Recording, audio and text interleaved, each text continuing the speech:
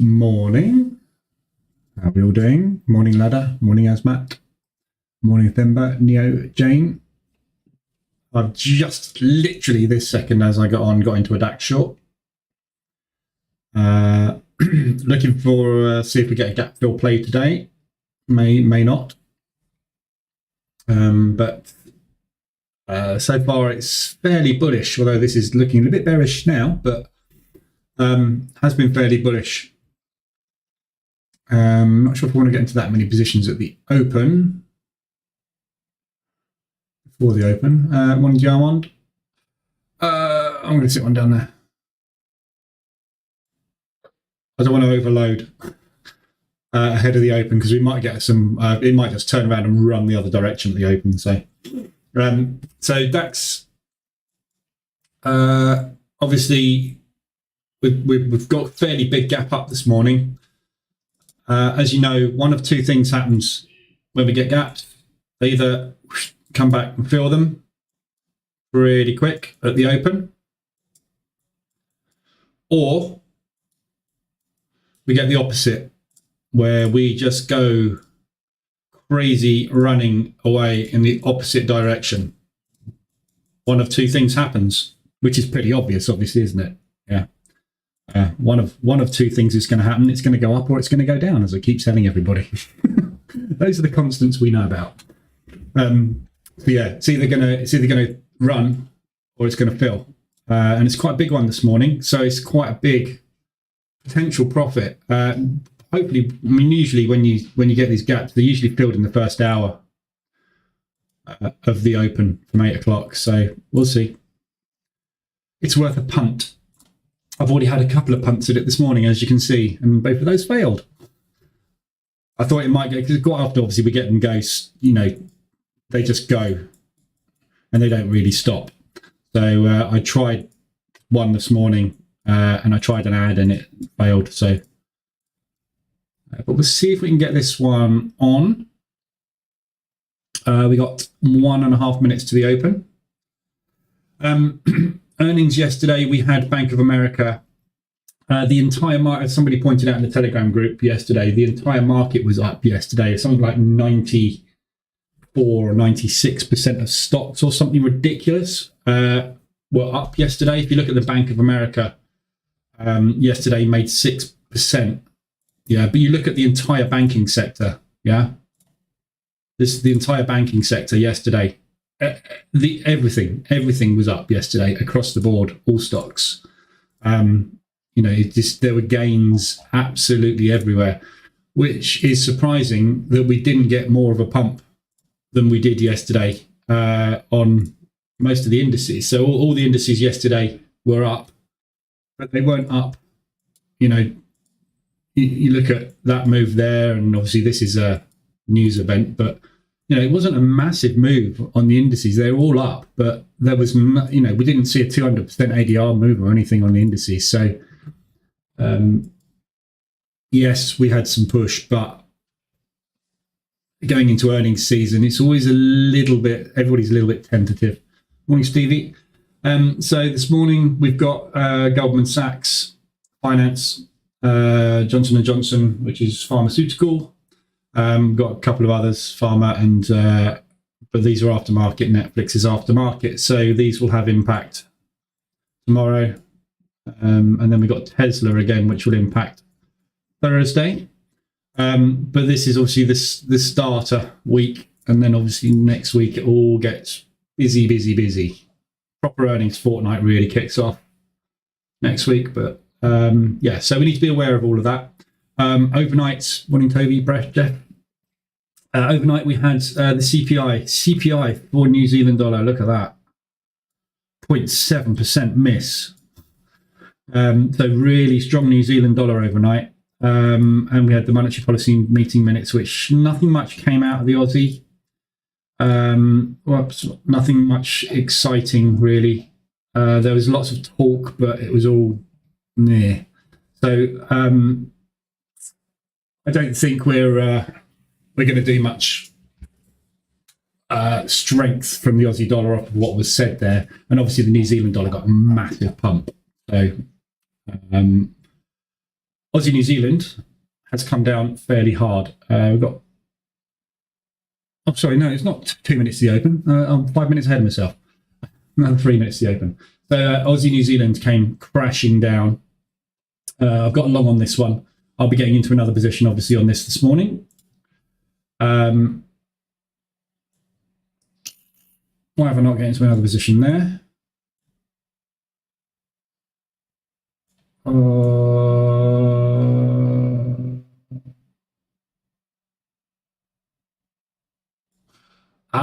This is an old trade, isn't it?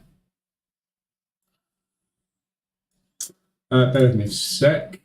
I might have to manage this one manually. Yeah, these are manuals, aren't they? These are these.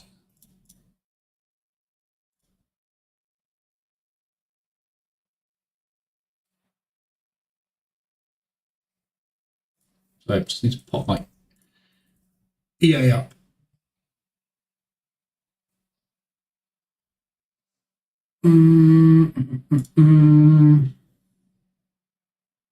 Yeah, I changed the EA using different rule set on this, so I'm going to have to trigger this one manually.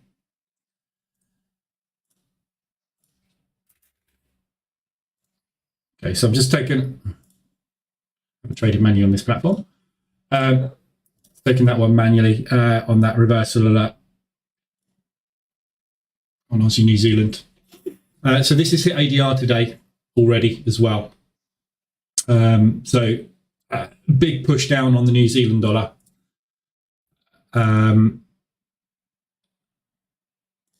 You can see obviously this, we were looking at this on the 4 hour as being a 72 bounce. It's obviously collapsed way below that on that New Zealand dollar news. So very nicely extended still.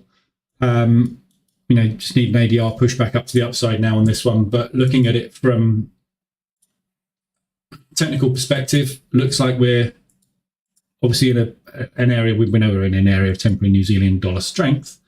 So looking for one of these pullbacks basically at this area to just give us an out on this. I can't see this being a long-term fundamental shift to the downside on this, but the Aussies really did screw up their rates. So there is potential the New Zealand dollar could strengthen, especially off the back of those interest rate, those inflation figures.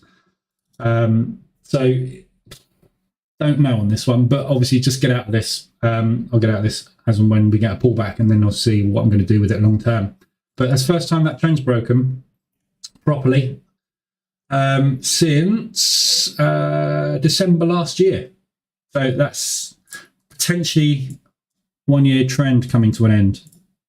Obviously, just as I get into it, and I'm saying that I have milked this thing many times, haven't I, in this period? So you always keep buying in a trend until the trend comes to the end. How do you know when a trend comes to the end? When it's not a trend anymore. That's the only time you know, when the trend breaks.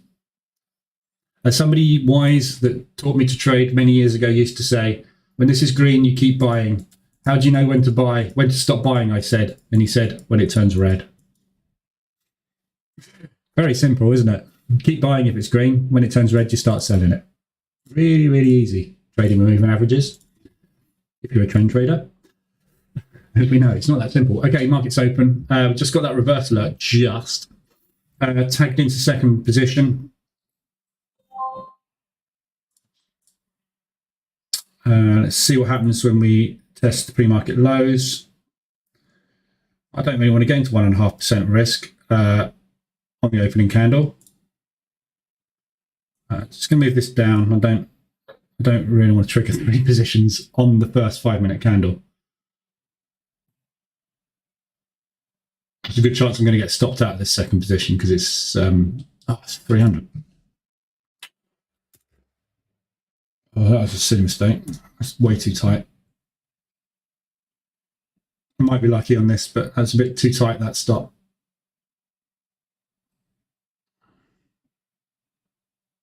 I had it as 300 because I was measuring what I needed as a stop on this first position, so I adjusted it and I forgot to change it back. Let's see what happens on this.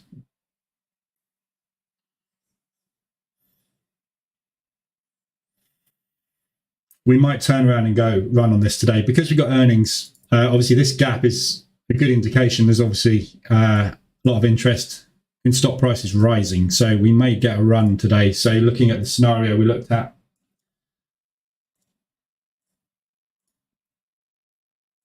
like this, where we just basically we take out the low. So this is the first, this lot of price action here is this candle.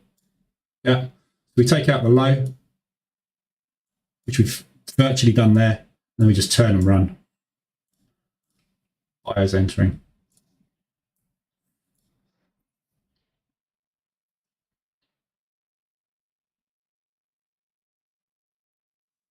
Which it looks like it wants to do this morning.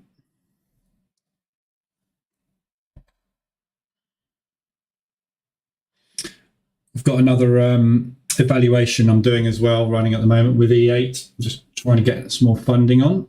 Doing another 18K today. I've got the same position, similar sort of position theory on that account at the minute. So I would like this to tank today. It'd be very nice because I'll probably pass that today if this tanks. I'll get enough size on.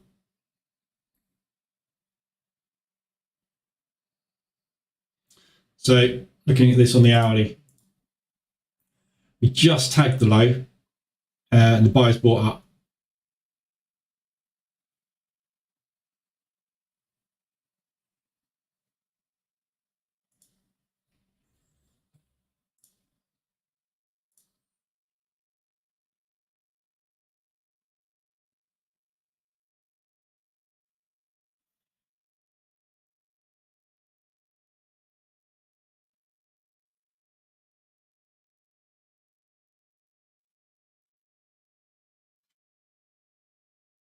Little indecision at the minute. We'll cover the news in a minute as well and everything as usual, but just see what happens with this open. 1.5 minutes left on this candle.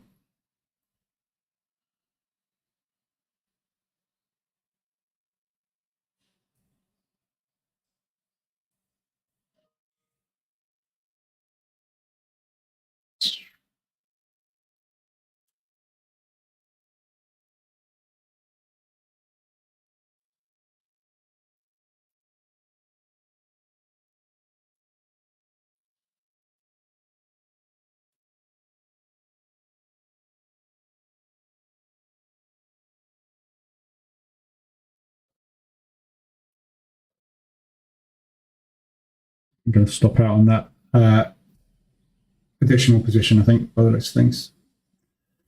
Oh, might stay in there, might stay in there. No directional bias so far this morning, is there? Interesting. So buyers have tried to buy up the initial opening balance, but don't appear necessarily to be winning at the minute. Got 20 seconds left on this candle. If we can get a decent bearish close on this, we might flush out the lows and go for it today. Let's see.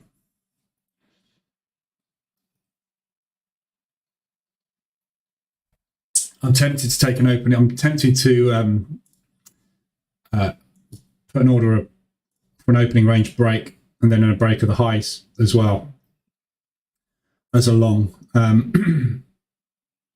What's our opening range today? Good, look at that, 35. Tight, isn't it? Little gap down there. Would indicate there's some large orders coming in. Probably quite a lot of volume coming in this morning. So that additional ad will be on a break below if we get it. If we do get that, I think we've got a very good chance of running this today. We'll see. At the moment, it's very undecided, isn't it?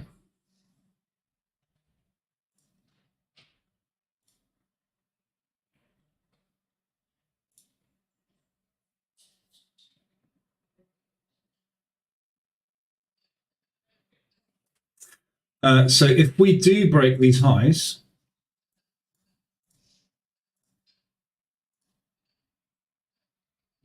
where are we off to?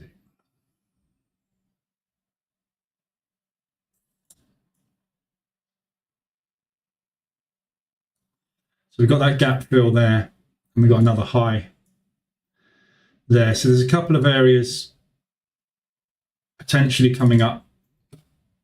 Other than that, there's very little from a resistance, double top sort of resistance perspective coming up that's obvious.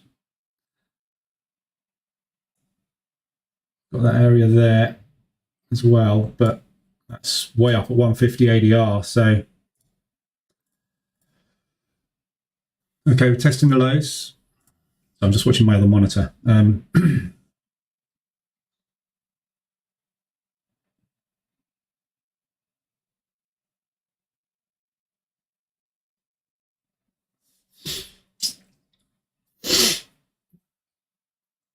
A lot of indecision this morning.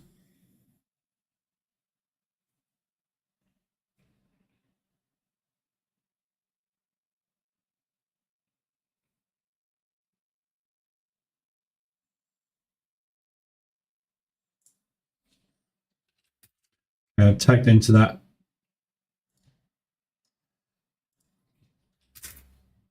third position. Just bring my TPs up. Just up high there, just so we got this. That's the candle, the last hourly, last 4 hour candle. So I'm just not going to get greedy on it. Highly likely, if we are going to go for the gap, we're going to go and fill it completely, but I'm not going to get super greedy on it.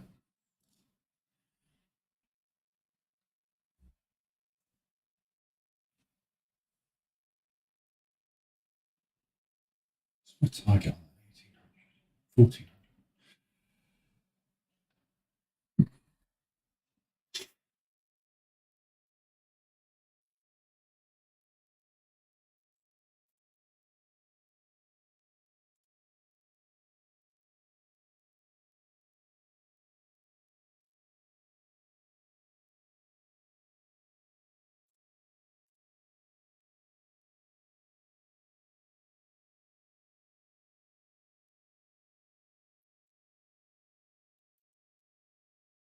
Yesterday's high is 12.710. Just there. So as we approach that level, that 12.710,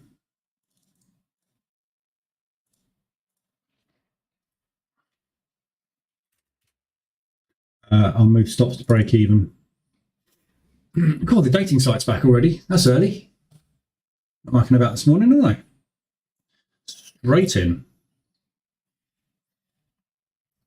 We're struggling at these lows a little here.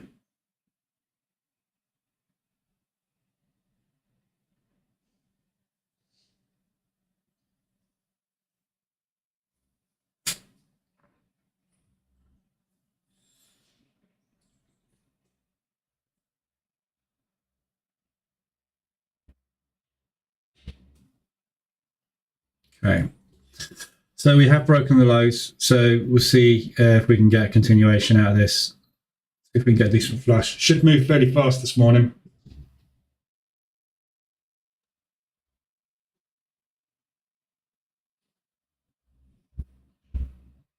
If we're going to go,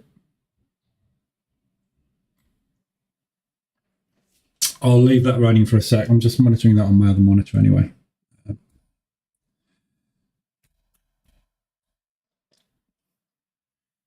Sorry, 1 sec.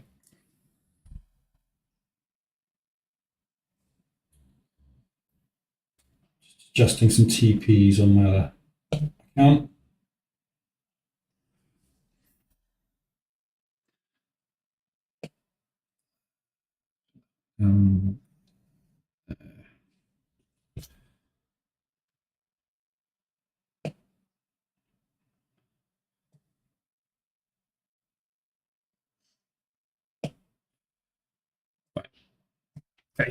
Okay, I'll leave that running. We'll just monitor that. Monitoring on my other monitor. Monitoring on my other monitor. So yesterday, I didn't close. I closed out 1.5% yesterday. That was all scalping though. It wasn't any FX in there yesterday. I had on the pound US dollar. I posted this in the Telegram group. I had, as you can see on the screen there, I had some aggressive drawdown control positions on yesterday, and I closed out some aggressive positions. I then put some more on as we started to pull back, and I got stopped out on them again. So basically all I did yesterday was get stopped out on, I think, 3 or 4 aggressive drawdown control positions. And I took off also. Remember, I had this 0.1 orphaned down here. I took that off and took a loss on it, basically, and just made some money scalping, basically, to get it back. So nothing on FX yesterday, really. I've got the Aussie New Zealand on, which is in DD at the minute. Just taking another position on that one this morning. I've got the Euro Swiss, which again is in DD. Again, none of these are moving at the minute. We're not going anywhere on these. So you can see my averages here. Look at that for a break-even support line, the magic orange break-even support. So yeah, no, hasn't gone anywhere. No movement on that. Again, pound Swiss, pretty much the same story on that. Not gone anywhere. That's not, all this is not scalping on the pound Swiss. This is, I don't know what that is. That's pound US dollar stuff, isn't it? Same price roughly. So nothing much been moving on that. It's in profit at the moment. I've got 2 positions on it, one there, one there. So obviously that's my average. Looking to get down there. And pound US. So pound US, obviously I stopped out on a few of those yesterday. I've got a couple of extra positions on this. So yesterday I added a position as we peaked at, I think this was 125 ADR yesterday. 230, just over 100. So we got up to ADR yesterday, added an aggressive position on again. I say aggressive, it's not actually, these aren't actually that aggressive, these positions, but it is kind of half. I'm just worried about this one, which is why I'm getting into aggressive a little bit earlier than normal because of the pound, obviously. But DAX is just pulling back at the minute. We're on an inside bar though, so it's not bullish yet. So yeah, added one there. I had an additional add when we broke that low there, which if you look at it on a 15-minute chart. So that was the position that I added. So we basically hit ADR. So I put a sell order in and we got triggered on that one. Then I put a break of that low, which got triggered. And then I had another break of that low this morning, which is just triggered just now, which is a break of the Asian session low today. Looking to get out on a drop today on the pound. So got that one on, and I've also got US dollar CAD, which I took yesterday. First position on US dollar CAD, that's just around break even. New Zealand dollar CAD, I've literally just got into, you just saw the EA trigger on that. New Zealand dollar CAD, the EA's just got me into that one long as well. So US dollar CAD extended on the hourly and took that. Sorry, that was an entry there, wasn't it? Yeah. So I took an entry on that one the day before. New Zealand dollar CAD, we will be extended on the hourly above 75. And just taking the first M5 reversal alert. Well, that done quickly then, didn't it? Look at that. So just taking that reversal alert there as a short. So I got quite a lot on now. EA's managing most of that. Oh, lovely inside bar on the DAX. Look at that.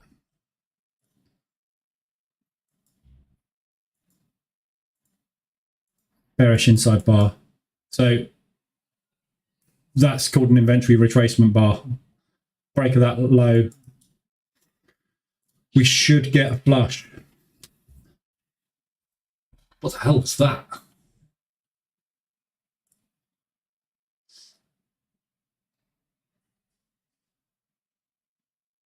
God, I hope Australia doesn't get into bed with China any more than it already is. Not sure what that was. That's just a big old drop there on the New Zealand dollar. Or was that Canadian dollar?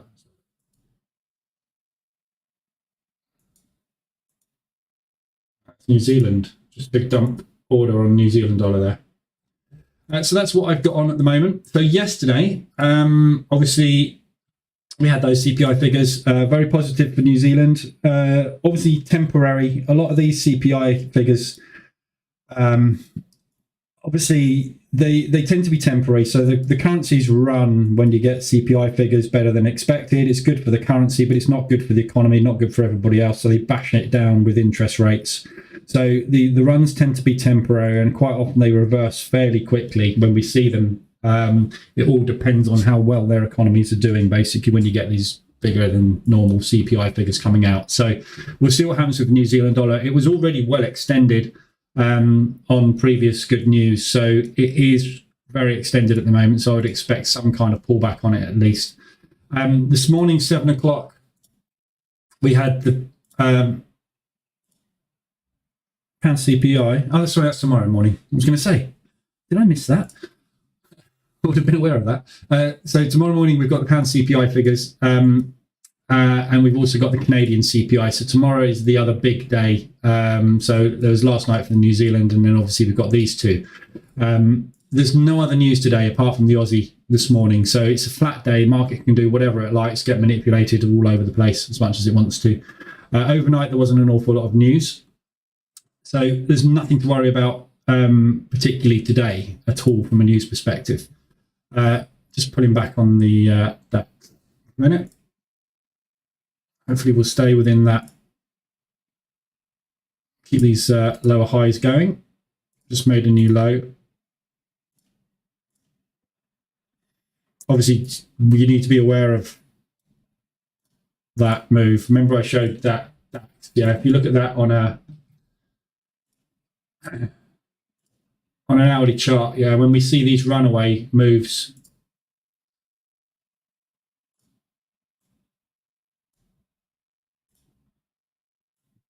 yeah, we take out the low, and then that first hour of the open is a massive up candle. Yeah, look at what we're doing. You be aware this might go ballistic for 3 or 4 hours this morning.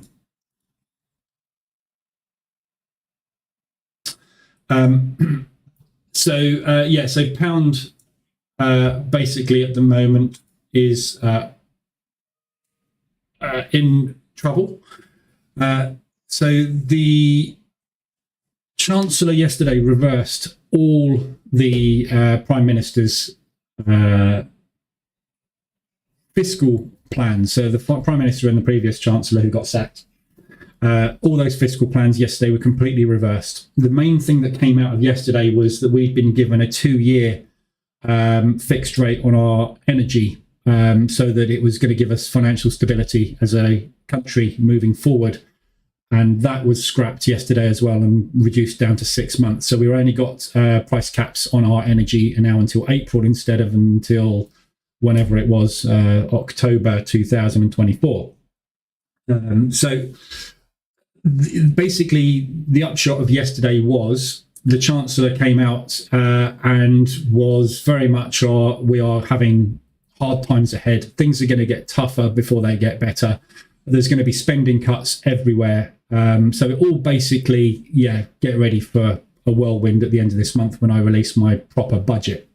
The upshot of that is that mortgage rates will probably not rise as much as we were expecting them to, because interest rates now won't need to be raised as much by the Bank of England, because they are going to tax their way out of the problem and not try and do it another way, which is what Rishi Sunak said. So basically what the government have done is, what the Prime Minister's done, she's won the leadership race based on a set of policies, and then she scrapped them all and gone back to Rishi Sunak, who lost the race, and used all of his policies, which is obviously very unhanded. So she'll be gone this week at some point.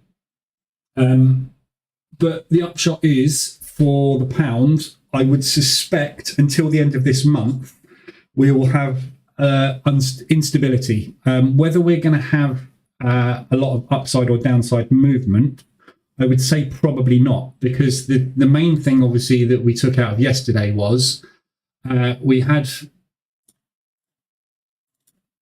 the big, oh my God, what the hell are you doing, government? The Bank of England going, don't worry, we'll sort this out. Then the Bank of England going, actually, we can't sort this out. And then the government going, all right, well, let's scrap that. Back to square one. So where we are right now, we are here.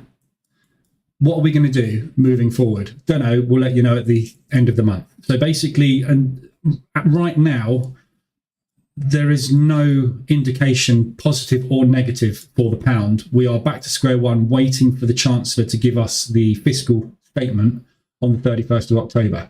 So this lot of crap, wipe it. We're here. We're back to where we were, and we still have no indication. The market, the whole idea of yesterday was to try and calm the market and reassure the market. He's done that in the respect that the market now knows it's not going to be terrible, but the market still has no indication of what is going to happen moving forward. So the pound is kind of sitting in limbo until the end of this month. At the moment, the market's obviously opened this morning, not very happy. We've got a strong US dollar at the moment, which is driving that one pound US dollar down. But as you can see across the board, all the pound pairs are coming down this morning. So pound US is coming down harder because US dollar is pushing a little bit at the minute, which is what's driving these indexes down this morning as well. So I think what we will probably see from the pound moving forward for the next few weeks is, I would imagine, some range-bound activity somewhere in this region. It could push all the way down. It could just sort of sit around these lows and hover here. Don't know. The pound is basically not got any positive or negative bias as far as I'm concerned at the minute. This DAX is just trying to push. Very undecided at the minute, isn't it?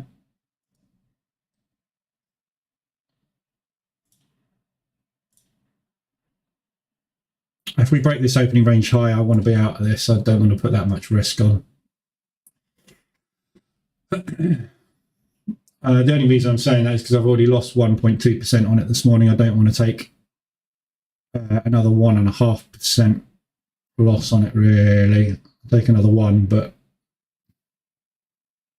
if this is going out the gates, there's no point in taking a loss up there, because if this breaks this high, it's probably going. Should have banked that, really, shouldn't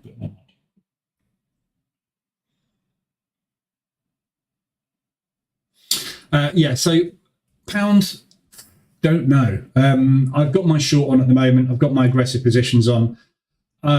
If I can get out of this, I will, obviously, today with a profit and try and get flat on it, really. The pound Swiss is in profit at the minute as well. But I suspect when you look at it, normal price action on this is obviously, this is normal price action, and then we got all this huge abnormal volatility. We're back to normal price action now. So if you think about it, if you scrap this and wipe this from your brain, this is the range at the moment. I can't see it sticking in this for 2 weeks. I mean, it could do, you never know. But I can't also see it getting too far out of this sort of range. So all of these really look for sort of range bound highs and lows at the moment with no real directional bias. I would still be more bearish on the pound, because the pound is, unless he comes up with something groundbreaking, which is really going to mean we can put the brakes on inflation and put the brakes on interest rate rises. I can't see this going mental, but he may well come out and do something drastic. There's talks of windfall taxes on, we're assuming energy, but it could be on banking as well. There's also talks of putting up the taxation rates on the higher rate earners. So, that sort of stuff, which means basically let's free up the bankers' commission so they can earn more money and then tax the hell out of them. So what the banks will do is just generate even more profit, pay even more commissions to pay for the extra tax. Jerry, free signal. Not sure what you mean by free signal. This isn't a signal channel, if that's what you're after.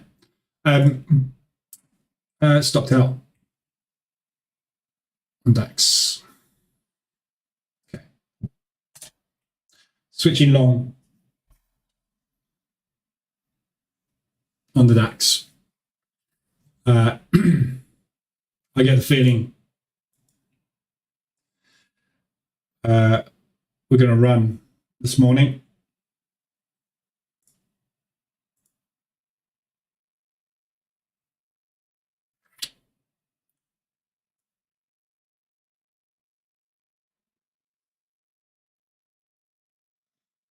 $37 up to those highs. Oh, is it?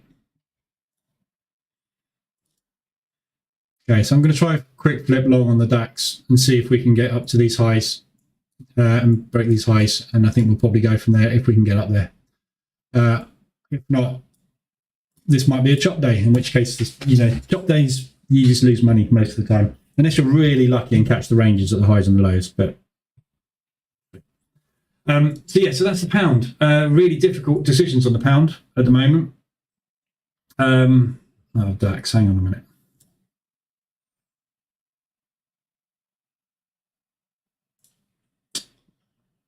What is this thing doing this morning?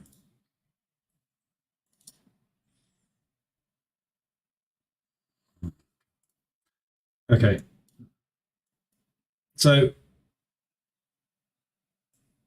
we've got potential as well for an expanding range. We'll see how this 5-minute candle closes. If this 5-minute candle closes bearish, I'm just going to scrap this trade long. This thing's not really got any idea what he wants to do this morning at the moment. I'll give that another minute.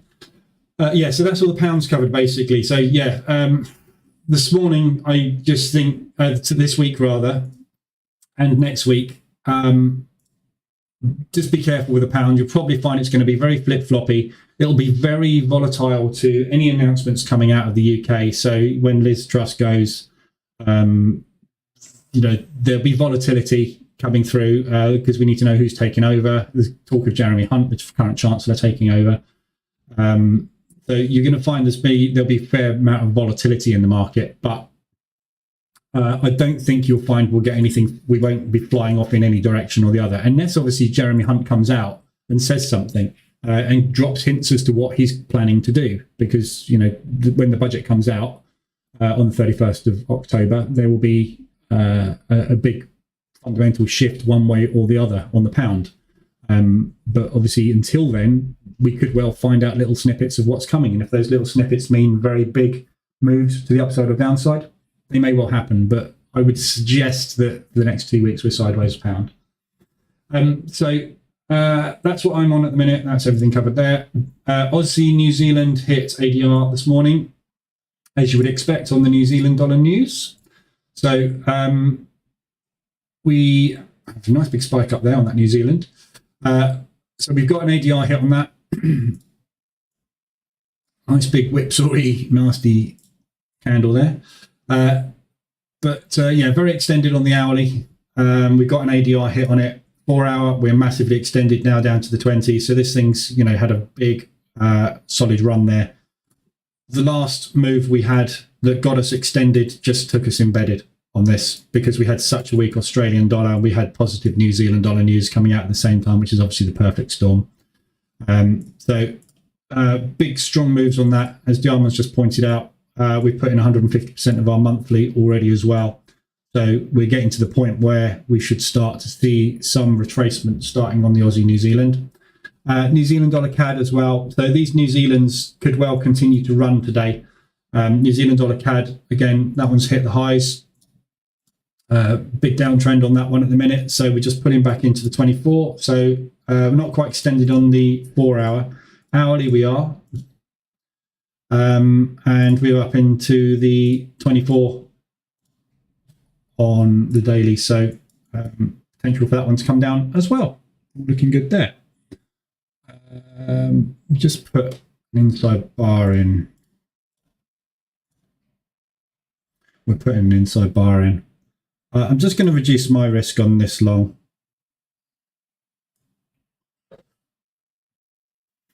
I don't really like this price action this morning. Very erratic and not any directional bias.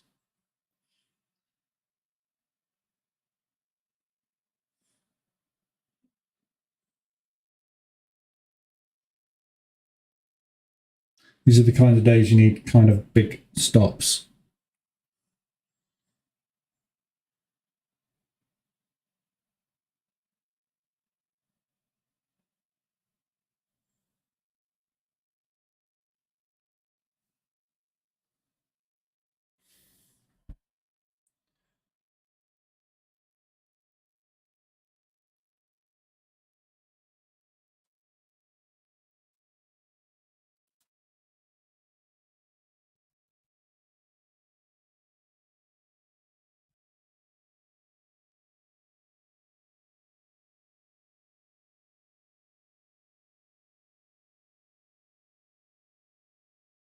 I'm just closing my positions out on the funded account and well, the evaluation that I'm doing this morning, and just flip long on that as well.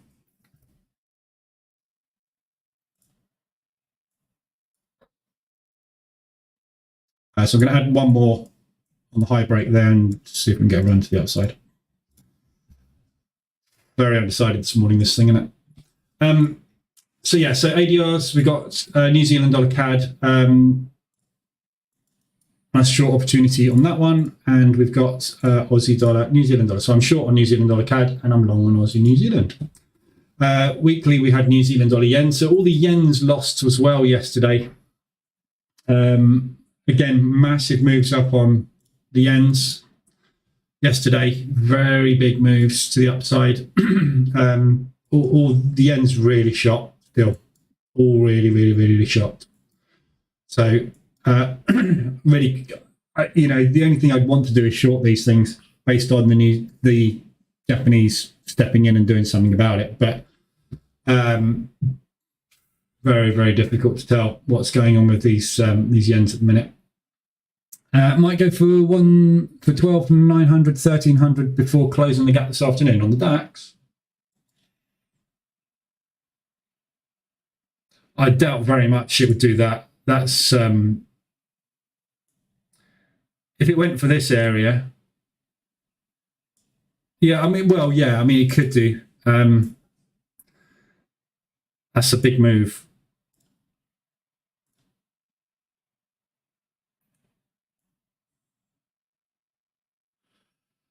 I suppose it's an ADR. It's possible.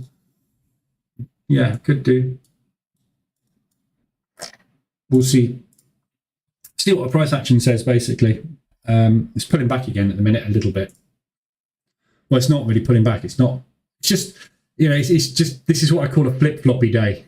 It's just flip-flopping around. You know, it's not, there's no market structure at the minute to this. We've opened a little bearish, but look at the wicks. When you get these big, horrible, long candles with wicks all over the place, it's just meh. There's no real direction. There's no real oomph to the market. And these are dangerous days because you can get chopped to bits over and over and over again, and it becomes very expensive. You just kind of want it to make a decision. So the opening range break to the low failed. If the opening range break to the high, i.e. here, fails, you're dead.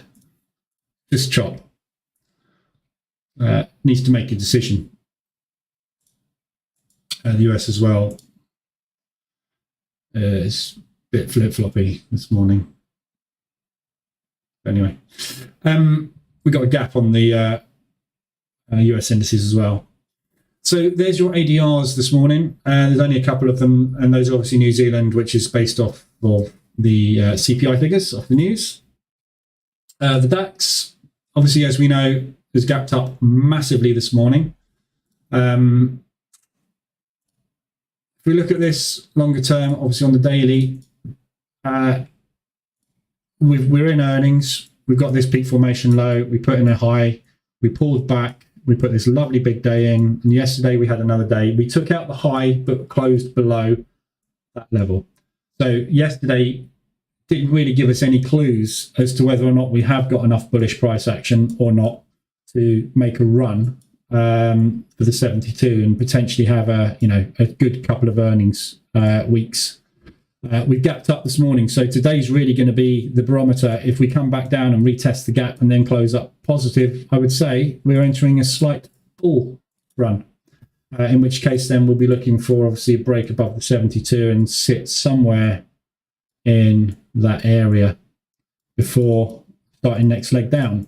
US indices, nice bullish day yesterday on the NASDAQ, but it is an inside bar. Yeah, so there's no real strength in either direction. So it's the same thing, not really any directional bias clues for us there. Again, we've got the gap. We need to see if we can break this high. If we can break this high, then yes, we're off for a run again, potentially. And obviously with the deep pullbacks that we tend to get in the bear market, we get above that 72 a little bit stronger. So pushing back up into this propulsion gap potentially.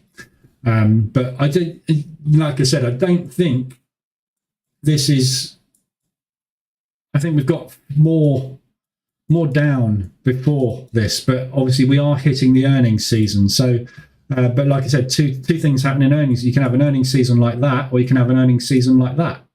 You know, it all depends what the figures come out like, doesn't it? And what's going on with other economic events. NASDAQ obviously gave us an inside bar yesterday and has gapped up. S&P, same thing, inside bar, gap up. Dow, inside bar, gap up. So again, Dow's gapped above this area. So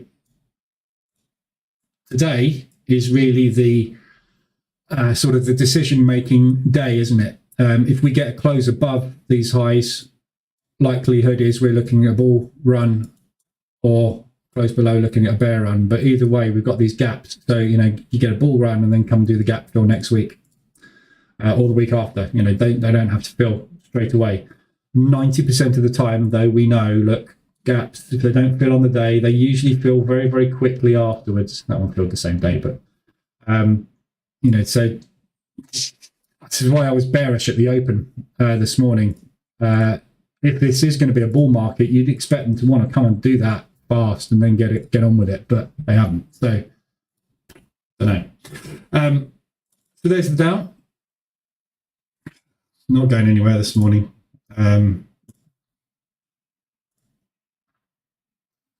Just flippity flopping around. No strength. So those are the indices. Oil yesterday we had another down day. Wasn't particularly convincing. So we just poked our head out below the lows and then pulled back up. So indecision bar, spinning top yesterday. Typical reversal candle spinning tops before we start a bull move. I got out of my oils because I didn't like the look of it up here, which obviously turned out to be a very good decision. Yesterday, as you can see, was obviously just sideways. So we got a reversal of that, but it was just basically chop. So this low, yesterday's low today, if we start pushing up above yesterday's high, I think we're probably coming back up. But we are still in this bear run at the minute. You know, as much as this should be bullish oil, we don't seem to be able to get that strength at the moment to move higher. But we are still in a pullback, technically. It's just very, again, wishy-washy, flip-floppy. There's too much fear in the market for anybody to actually put any money in that's going to move this thing. So that's what I'm looking for. ADR today, any kind of move down to ADR today, I'll be interested in a long on oil. I'm not really interested where it is at the moment. If you look at it on the hourly, if we get an ADR hit today, we may well get back down into extended conditions. So another little drop today, I'd be interested in a long on that. I think that's probably enough of a pullback for a week. and then we'll start the next leg back up again. We'll be looking back down at this sort of, this 85 a barrel. You can see it's 85 is very supportive. The market doesn't like going below this level at the minute. So we had a lot of resistance to it yesterday. So we'll see, but it might just fly today. But if you're position trading it, obviously, just get in as normal on it. But I would suggest no more than 125 ADR today. If we get down anywhere below that in the next couple of days, below this 80 to 81 a barrel is really, this is where Russia said they would be happy for oil to stick at that level. The rest of the world is not happy for oil to stick at that level. The rest of the producing countries. So difficult one to call at the moment, oil. RSIs, we've got loads lit up on the 4 hour. So Aussie, New Zealand, as we know, lots of opportunities on the Aussie, New Zealand, very extended on that New Zealand dollar strength. We could well see an A-shaped recovery on this. There's nothing particularly positive about the Australian dollar at the moment. So looking for some kind of just pullback. This is what I'm looking for. Just sort of 3/4 of an ADR to an ADR pullback on the move. And then we'll look to get out with some profit on that and do a little bit of, well, I probably won't do any DD control on it just yet. But I still like it long term. If we're going to have some temporary weakness on this, that's fine. This is what temporary weakness tends to look like on this pair. But I don't think really it warrants the New Zealand dollar strengthening much more than the Australian dollar long term. So, these two guys are very close trade partners, which is why you get, normal, nice market structure and movement on it. So there's always a way out, but it's not the fastest moving thing in the world. So, you'll always get a way out of it. It's just sometimes you have to be a bit patient with it. 83 ADR. It's not particularly big ADR. It's a little bit like the Euro Pound, the Euro Swiss, that sort of stuff. It's it moves up and down a lot, but there's squeezes, and we're just being squeezed by the New Zealand dollar CPI figures at the minute. So just waiting on that one for a move. CAD yen. So all these, as you can see, everything else we're going to look at on the 4 hours is yen extensions. Morning, Andy. Very late to parade today. Yes, you are.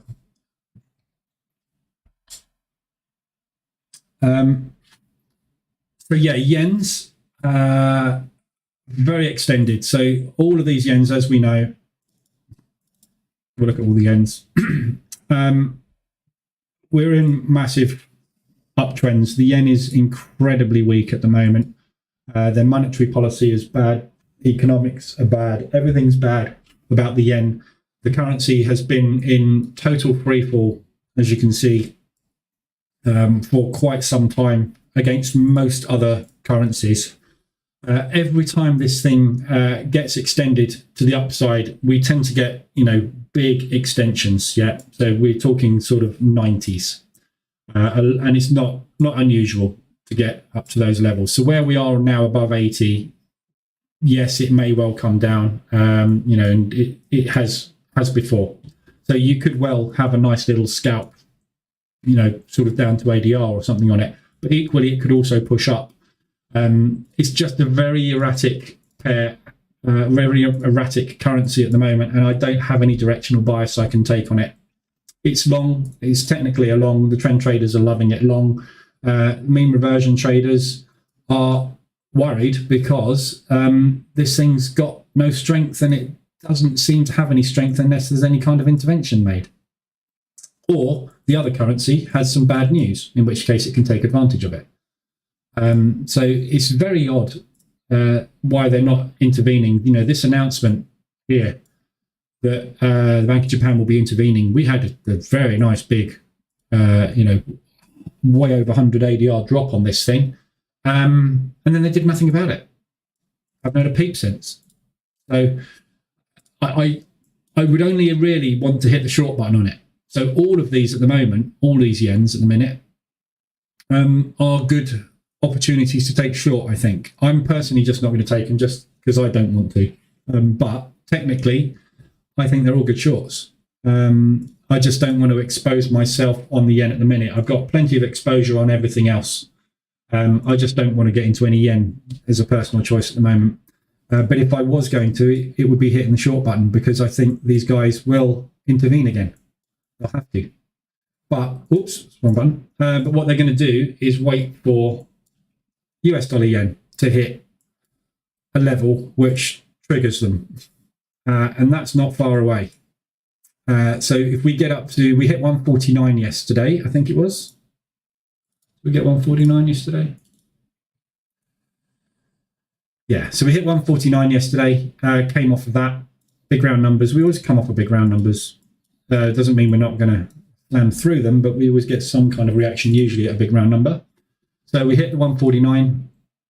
And then, next stop is 150. So when the US dollar yen powers up and gets up to there, that's when I think the Bank of Japan will step in again. But, right now, that's massively. So, this was over 90, wasn't it? 93. So we got 93 extended here. Yeah, and what did we do? Nothing. Went sideways. Because there's just literally no strength whatsoever in the yen. This was the US dollar taking a breather. The yen has got nothing, absolutely nothing at the minute. So just be careful with them, because, if you get on the wrong side of a squeeze of the yen, like here, you'll be in it for a week or two or three, potentially. You will get an out. There's always a correction. This is what you have to remember. There's always something that prompts a profit take. The banks are sitting there making lots of money. There's always something that worries them to go, all right, okay, well, let's just reduce exposure, or let's get out of. And then you get this tumble. There's always that happening, but they take a while with these yens at the minute, because there's nothing to, you've got the push and pull of the market, pushing and pulling on fundamentals. The US is pushing and being pulled by the yen. This isn't pushing and pulling at the minute. So it just gives the other currency the chance to just run if it's strong. And that's what we're seeing with all of these yens, and we have been seeing for a while. This is a good example of the opposite. Yeah, New Zealand dollar has been massively weak, isn't it? So this isn't yen strength. This is New Zealand dollar weakness. Now we're seeing New Zealand dollar strength. So it just pushes and pulls them around. So when you get extended on this one and you've got something that's fundamentally pushing, probably not the best mean reversion. And this is why I don't like any of these yens personally myself, because, if the pound can beat the yen, we know there's something wrong. And the euro, is this, the yen's in all sorts of trouble. So, but equally, there will at some point come that correction. Yeah, it's coming. You're just going to have to be patient. It might be next week. It might be next 24 hours. It might be some point in middle of November. You will get that. But the squeeze can be painful on them. So just be careful. Very extended. So when you're looking at them, my rule on the yen would be, at the moment, it's got to be an 85. So euro yen would be the one I'd be looking at. And obviously US dollar yen was, this is the thing, US dollar yen was up here, wasn't it? Almost lit up the magic, the magic sixth column, which just doesn't get lit up. So just be careful with them from a mean reversion perspective, all of these yens. The hourlies, we've got quite a few. Obviously, they're all yens again, mostly, and they're also New Zealand. And same with the 14. The other thing we've got lit up on the 14 at the moment is euro US dollar. So I should be getting in a short on that. Should be soon. Oh no, hang on. Or did I not put the euro? I didn't hit. So yeah, my EA is running on a 75 extension. We haven't had a 75 this morning. We didn't get the reversal out of a 75, so I'm not quite getting into this one. But euro US dollar, nice extended. Obviously, I've got the pound US dollar on at the moment. Anyway, but euro US dollar, lovely bearish engulfing going in, and an outside bar on euro US dollar there. Up on the hourly, your 15-minute reversal you've already had, your 15 you've just had which is just quickly retested on the next candle. So that looks like a lovely short, Euro US dollar. Pound New Zealand, I wouldn't want to long this. Well, I don't know, saying that. I probably wouldn't want to long it this morning. The reason I wouldn't want to long it this morning is because today is the aftermath of Jeremy Hunt's announcement yesterday. So I think we probably will have a bit of a weak pound today. Because the markets had no answers, we basically had what we thought was going to happen, which is an undoing of all the previous policies, but he hasn't actually put into place anything moving forward. So I don't think we're going to get a particularly strong move on that. So I just entered the second position on the DAX long. So we have got the breakout to the upside this morning. So yeah, pound New Zealand, obviously this is on New Zealand dollar strength as well. So you've got a double bubble, you've got a bit of a weak pound, and you've got that strong New Zealand dollar at the minute. So you will get some kind of profit take move on it. If we get down below ADR today and retest this area here on 25 ADR, that would, I think, be a lovely mean reversion trade. So if we can get any more extended on it, that'd be good. But at the moment, obviously, we've got New Zealand dollars being strong and the pound being weak. So you don't really want to get in front of the steam train just at the moment. New Zealand dollar CAD, very extended to the upside. I've got my initial sell on that. We've just started. We just hit ADR as well. So again, nicely extended. And we've got an ADR hit on that one. New Zealand dollar Swiss. So all the New Zealand's obviously hitting ADRs and hitting hourly RSI extensions because obviously the news. Nice level coming up on New Zealand dollar Swiss. Again, if we can get an ADR hit on that one this morning, that'd be a nice short. New Zealand dollar yen we've looked at, and New Zealand dollar US dollar. So big strong pushes up, New Zealand US. So that's a nice looking short opportunity as well. We've got a fairly strong US this morning, or we did have. It's not that strong, is it? It's just, again, it's a little bit flip-floppy this morning. So when the US dollar does power up, obviously, and the New Zealand dollar starts to weaken after they run out of buyers, then we'll get some kind of move to the downside on that. Assuming we're going to get a strong US dollar today. We had a weak US dollar yesterday. So this is the thing you've got to remember. When we have, and this is how earnings affects the FX market, when we have good, strong earnings coming out, we have the indices pushing. The US dollar does the opposite typically to what the indices are doing. Money is flowing out of the US dollar into stocks. Yeah, so the vast majority of it flows out of the US into stocks, which is why we get inverse movement on US dollar and stocks. So if we get a strong US today, we'll probably see a little bit of downside in the stock market and vice versa. So the fact that we had such a weak day yesterday obviously was because of the strong moves in the stock market. And as we've seen with the DAX this morning, the DAX is pushing. So we might find we get another down day in the US dollar. So things like the New Zealand dollar, US dollar, especially today, will continue to push. So again, we could get ADR hits on those. But, you know, a couple of days up, you'll get a profit take move starting on it. And the nice thing about trading these is obviously you're trading one Asian pair against one European and US session pair. So it tends to be moving less in Europe and New Zealand and more in the Australasian and the Asian session. So when the US dollar isn't moving as much, so you get nice push and pull on these types of pairs. So if this one gets extended further again today, if we get up to ADR, that'd be a nice looking short. And we've got US dollar Swiss, and US dollar Swiss is a mess at the minute. It's just a choppy nightmare mess. We did react very nicely up at the highs. So we got a lovely rejection at those highs on the US dollar Swiss. And we are now putting down very nicely. I've got onto the US dollar CAD, obviously, on this pullback. US dollar Swiss potentially pullback long. So we're nicely embedded down here at the minute. So good long opportunity there. We've got a long, obviously, way it can go today. We haven't moved anywhere yet today on this, so plenty of space on this one. But it is embedded down here. We've just taken out the Asian lows and rejected.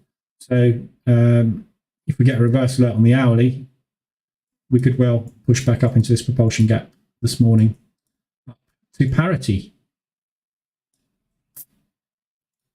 Again, hovering around parity. This is what, we've got this, and same with the euro US dollar. So we got the parity level here, the one. We're hovering around. They're building positions up here, ready to move at some point. Euro US dollar.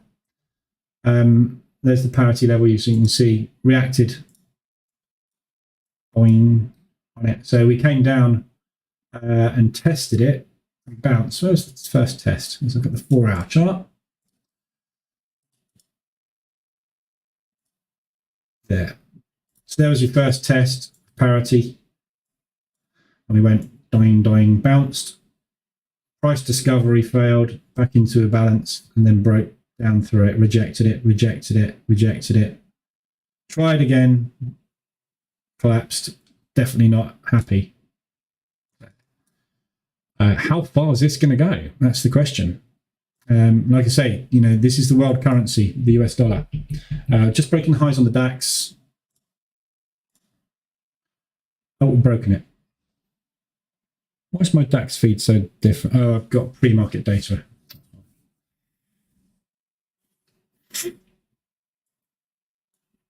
So I'll go on 1 sec.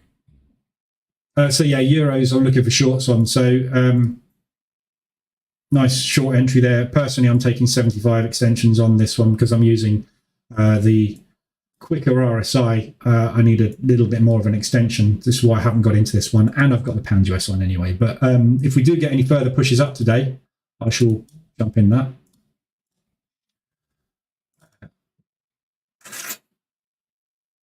So let's see where we're headed.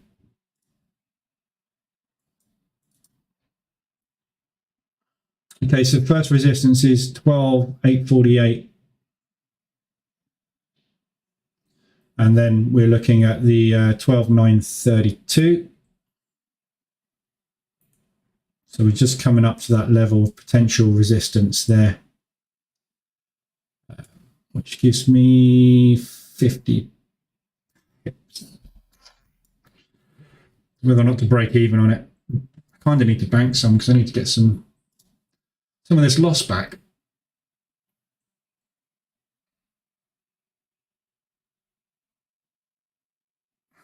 Other bits and pieces I can bank at the moment. Oh my God, the pound US.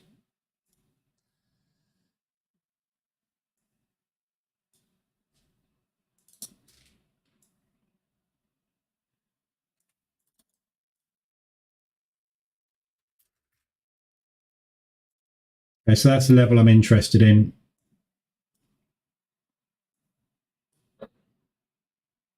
Where's my other TP gone?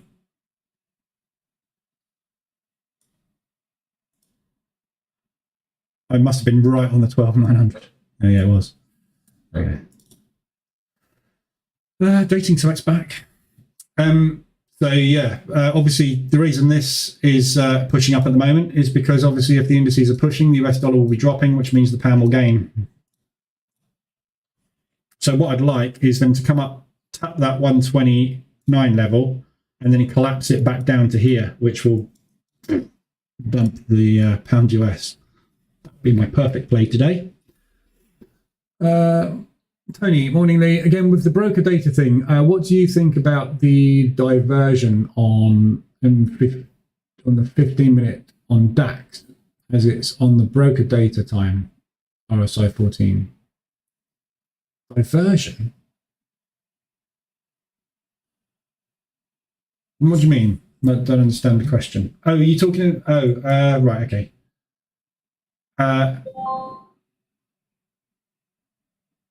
Just got some more hourlies, yen and pound New Zealand CAD got extended as well. You mean divergence? Yeah, divergence.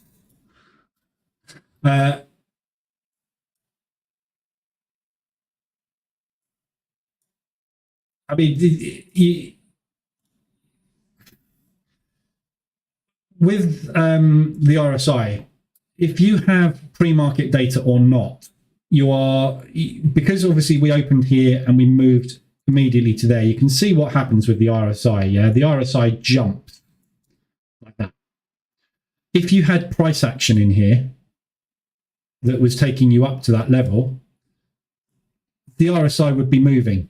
But because obviously it measures strength, you will get a slightly different reading on this RSI. I haven't got another broker with free market on here at the minute. You can look at really. But you've got it here, look.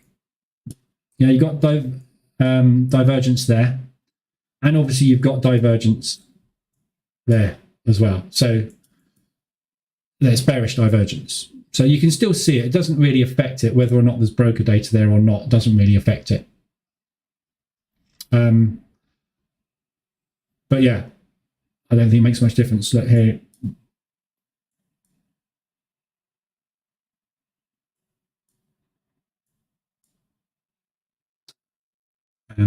But I think, you know, this is why I don't really take a lot of people trade divergence, and I like it as a confirmation. So, you know, if I put a trading system together and it's got 5 or 6 parts to it, it's an overcomplicated trading system for a start. But if it has got 5 or 6 parts to it, divergence is the very lowest possible one.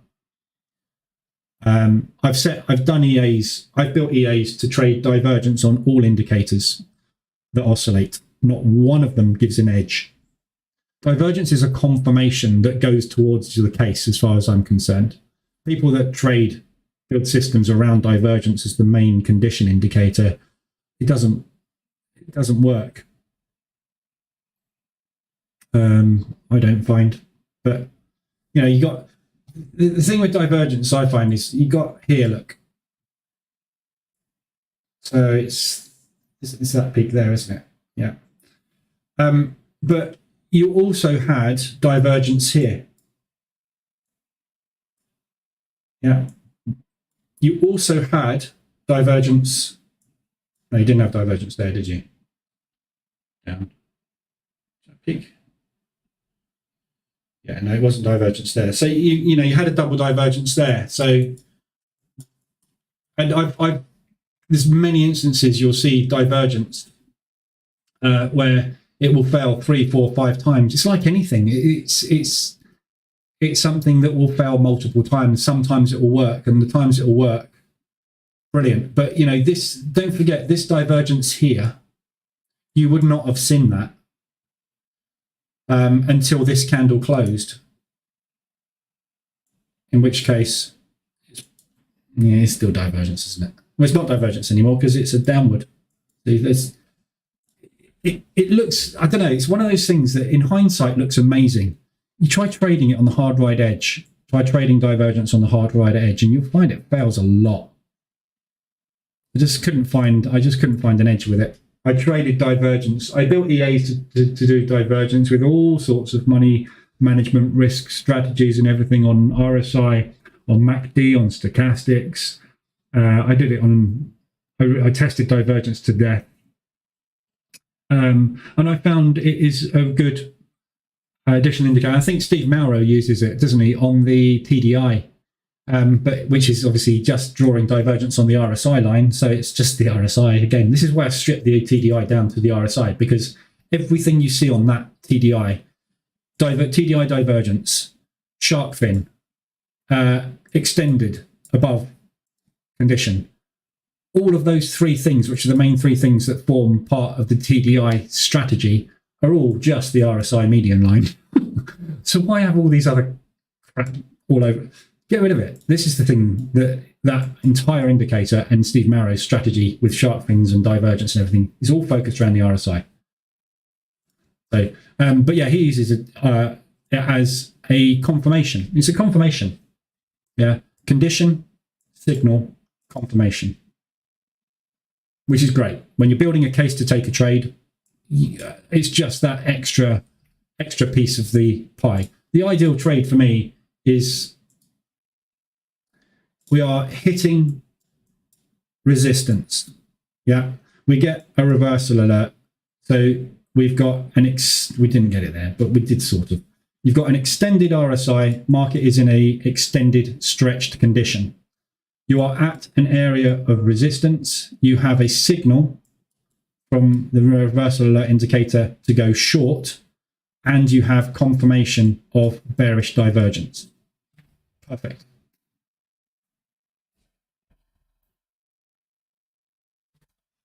But this is the confirmation. This is the last bit. If I haven't got it, I'm not worried. If it's there, it's like an extra tick. But with gaps, yeah, I mean, you are going to get different data. You know, so this is the thing with if you've got a broker that provides Frankfurt open pricing, your RSIs are going to be out. Your moving averages are going to be out. Your ADRs, well, yeah, they will be out. Your average daily ranges will be out. Pre-market today on my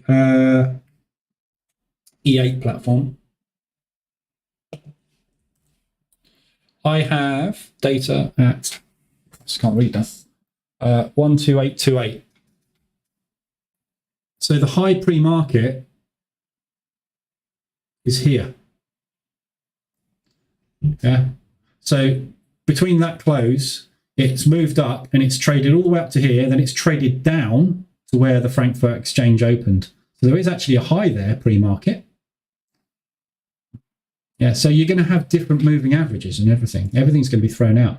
But this is why you trade your charts, not anybody else's. I constantly get people saying, I'm looking at your chart you just posted. My RSI is different to yours. Their candles close on a different time. So their candles close on the 2 a.m. candle, not the 4 a.m. candle. Of course, it's all going to be different because it's all done on candle close, the RSI. So you're going to get different readings. Trade your charts. Trade what you see. At the end of the day, you're taking a signal, you're hitting a button based on X amount of things happening. Whether you take the trade there or you take it there doesn't really matter massively, does it?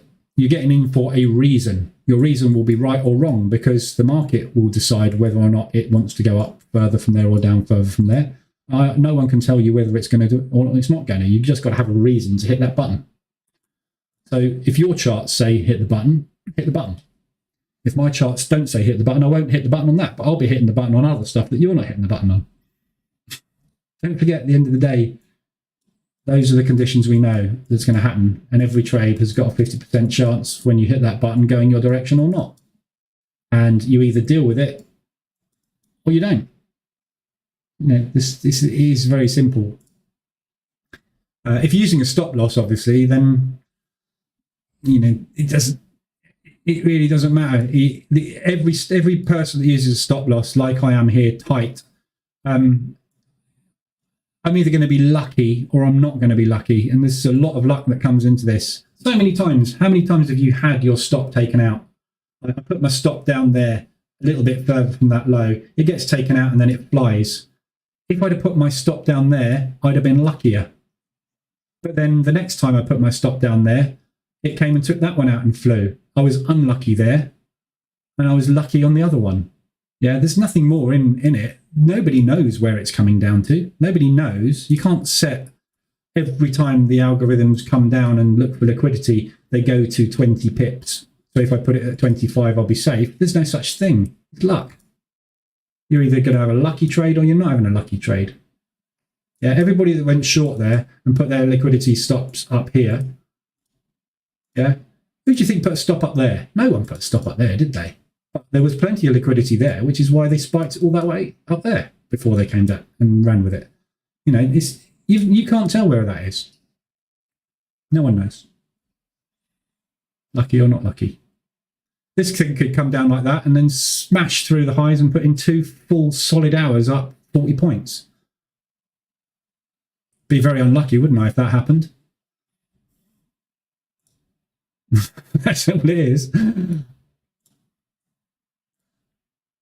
Anyway, this is very, very weak price action this morning. Look at this.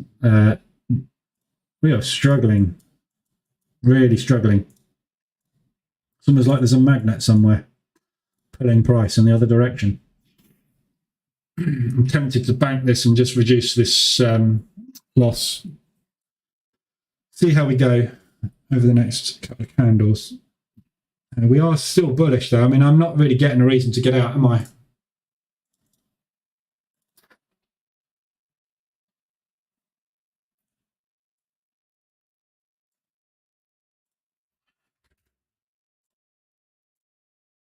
I'm just going to drag under the previous candle here and just lock some of this in.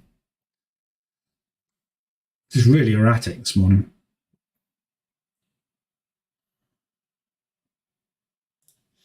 So little price action lesson. Anybody wants a price action lesson? Obviously, we broke that high. Put in a new high and a higher low. Higher high, higher low. Lower high, higher low, inside bar. Break, higher high, higher low.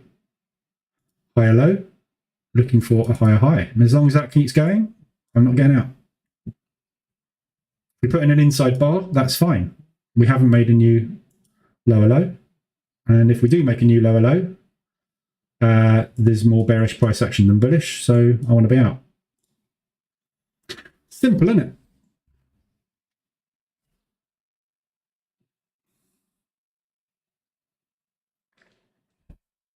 Half the battle of scalping, I find personally, is getting into a trade. You saw me getting stopped out this morning.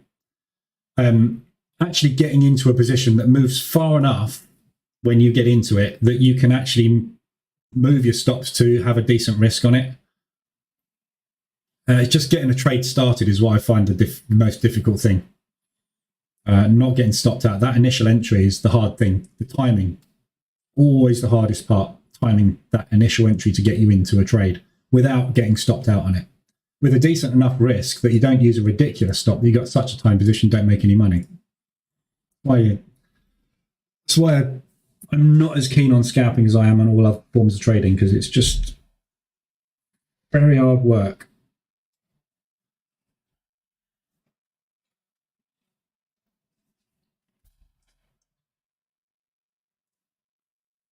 Uh, 2 minutes left on this candle. If there's any other pairs anybody wants to look at, let me know. I've covered all the pairs I want to cover this morning. All the ADRs, all the 4 hours, all the hourlies.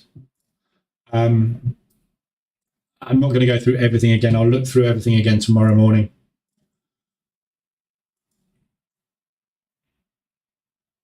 But if there's anything you want to look at specifically, let me know. I haven't had a look at gold, have we? Let's have a quick look at gold.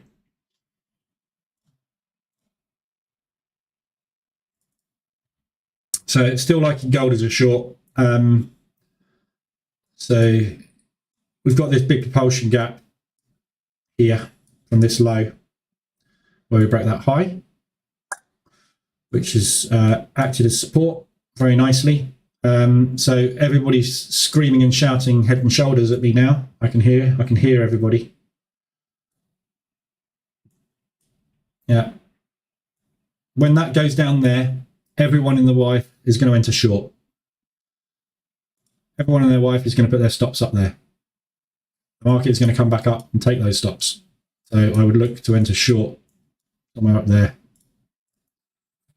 You never know. This could be one of those head and shoulders patterns that holds. In fact, you could class that as the shoulder. That's a difficult one to call, actually, isn't it? Again, this is why I don't like candlestick patterns, because harmonic patterns, because they are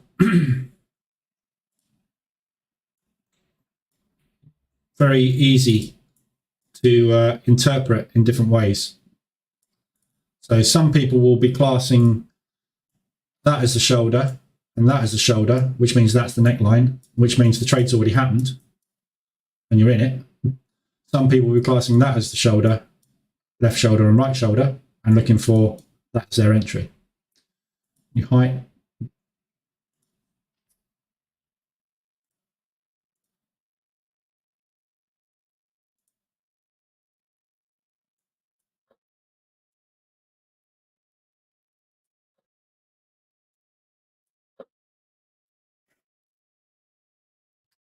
But yeah, gold, I love it as a short, but I think with this, it's so erratic, gold, and obviously it's just driven by the US dollar. At the moment, we've got a little bit of an erratic and weak US dollar, kind of gone into a little bit of an accumulation. So next push on the US, I think we'll be putting a new leg in and potentially looking for a new low. All the time, all this gold's locked up in Russia, I'd expect this to go up, but it's not. So like I say, nothing is really working as it should at the minute. It's all a bit weird. Everything's a bit weird, isn't it?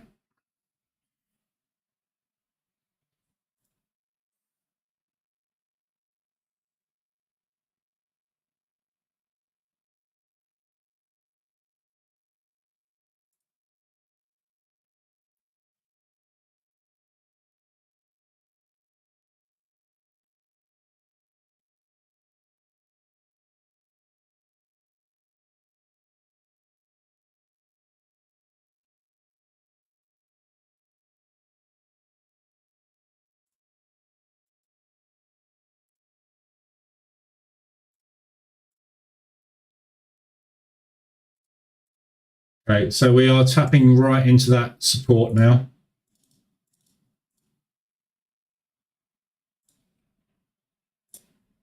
Sorry, resistance. Yeah, so potential sticking point 1 and 2.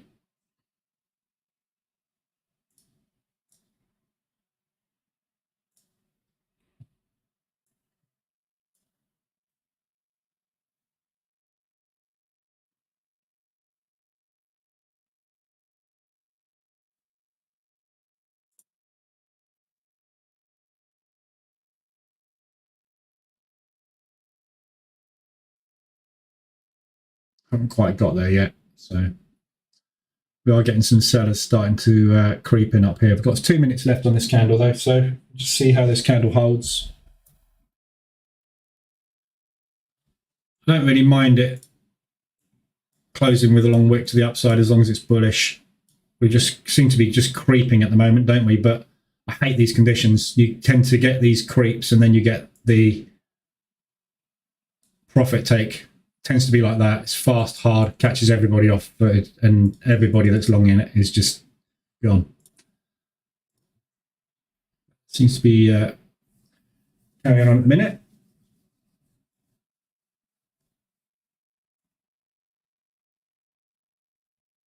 Yeah, that's 900. So I'm going for the big round number with my TPs rather than the resistance.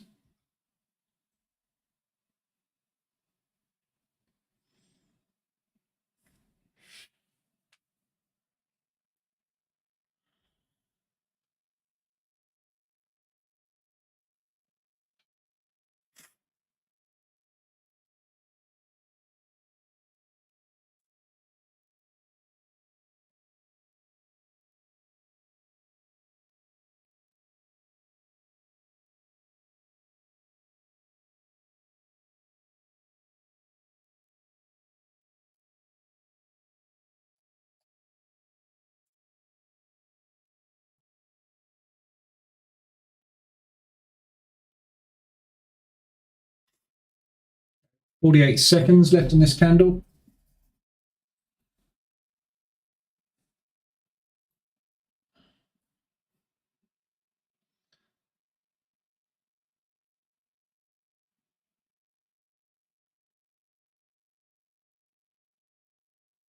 So another big shooting star. Just so weak. The buying is so weak this morning. Just want to make sure I get out with something on this one. Should have added to this again, but never mind.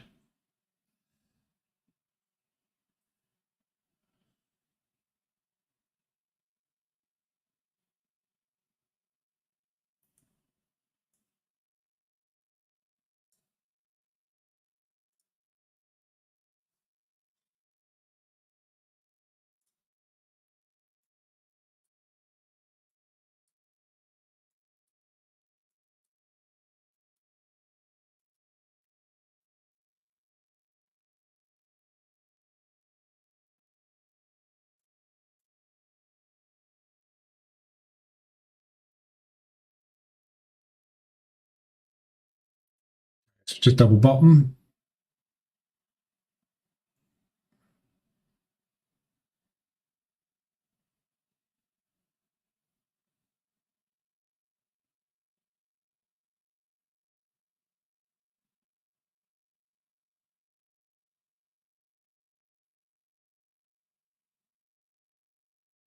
Okay, so that's our first new lower low gone in. Is it going to get me out? Okay, so out that one. So looking basically, obviously you can see what we've done. We just tapped into resistance, and the sellers have started stepping in at that level, so they're buying the double top. So we'll see where we go from here. So I'll be looking somewhere in this candle, potentially I think for a continuation. I'm looking basically for the gap. A continuation, I think, on this today. I don't know, difficult to tell, but look at that gap there. We're 2 solid hours up. We've just done 1 hour up. Admittedly, it wasn't very convincing, was it? It wasn't particularly great price action this morning. Same as here. Yeah, we had 3 hours up there, 4 hours if you class the candle that paused from that gap. That one, we only had one massive push. We've only had a tiny push so far today. So looking at it on a shorter term, I'll be looking for pullbacks. So into the support rectangle on the reversal alert indicator, which is also going to be between the 2050, somewhere down there. Potentially we might get some price action off of support. So somewhere around there, and I'll be watching that level as well, potentially for new longs. And then obviously I'm assuming that we're going to make new highs, heading for that 129 level. And then when we get to there,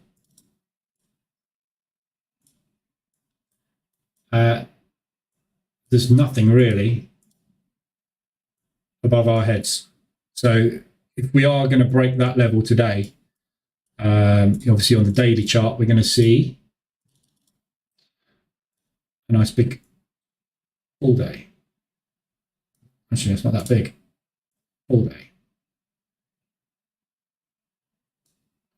But that leaves us with that gap open to come back and sort out at a later stage. So interesting to see what happens today, but I'll look for some pullbacks to try and get into another long position. We're going to have another crack at this 129 level this morning. And then from there is every chance we might get that. But there's also every chance it might just continue. So I'll see what happens with price action up there if we get up there. Yeah, this could be it today. Don't forget as well, we've got a lovely 3-bar reversal going in on M5 here. This could be the drop down to there. So if we break those lows, and I'll be looking for a pullback short. But until, this is kind of, this area here to me is kind of a dead zone. If we get back into here, not really sure what we're doing. So I'm looking for a break of the low to go short. But I'm interested in a pullback long today. Try and get that back. Other than that, not a lot else happening. So pound Swiss going well, US dollar CAD, nothing's much moving, is it, at the moment? So pound US dollar, we're just pulling back at the moment on that one, just starting to pull to roll over again. But it's very sideways. Horrible reversal alert on it. Very big wide. Hate these reversal alerts. Just means it's an accumulation, basically. It's not a proper reversal alert. But we have got an M pattern break. So in theory, it looks good. Very close to my break even there, look.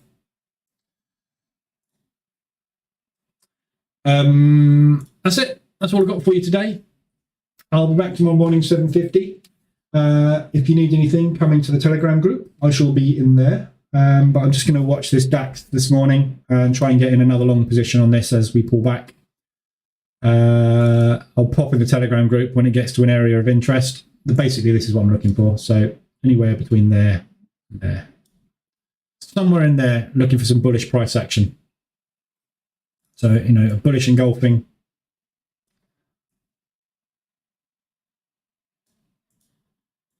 Or a hammer. Just something basically that says buyers are starting to get interested. It may go before that. If we get a close back above here fast as well, You know, this is a strong move. This is all bullish, yeah, all the way up to there. So, you know, there is every possibility we might just do a tiny little profit take accumulation and then break back above that level. If we break back above that level, we could well go from there. So we might not pull back. You know, a strong trend will accumulate and push. A weaker trend will flag and push. A very weak trend will pull back to some kind of fib level and push. Those are the three scenarios for a trend continuation. Yeah, so, you know, we might just have a little flag and go. So watch it. We'll see what happens. Okay, so I'll be back tomorrow morning, same sort of time. I forgot to take profit on my funded account. Idiot. Okay, well, I'm hoping this is a continuation right from here because I forgot to take profit on the account. What an idiot. We've just... So you remember I said about, just before I go, remember I said about that other high? That other high is right where price is now. So that pre-market high, you know, if we've been trading price action from here, there's a peak here before we pull back to the open. That's exactly kind of where we are right now. So anybody trading pre-market pricing is going to be seeing a pullback or an accumulation at some kind of support there.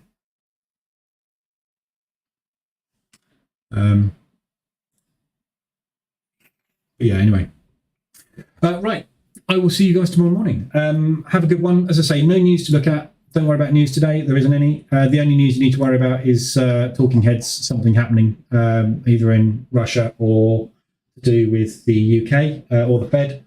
Other than that, if nothing comes up on here, it's just kind of business as usual today. So I wouldn't expect any massive price movements. And obviously the New York Open this afternoon.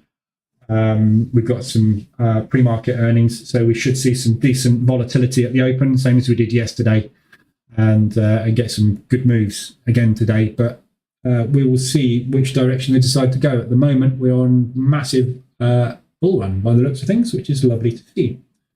All right, have a good one. I'll be back tomorrow morning 7:50, and I'll notify you if anything comes up that I take new. But the EA is obviously running all of this for me anyway, so you know what I've got set up, but I will notify you. I notified yesterday when the trade came on, and I'll put up with the Telegram group that New Zealand dollar CAD's just come on as well. So that's it. All right, good one. I will see you tomorrow.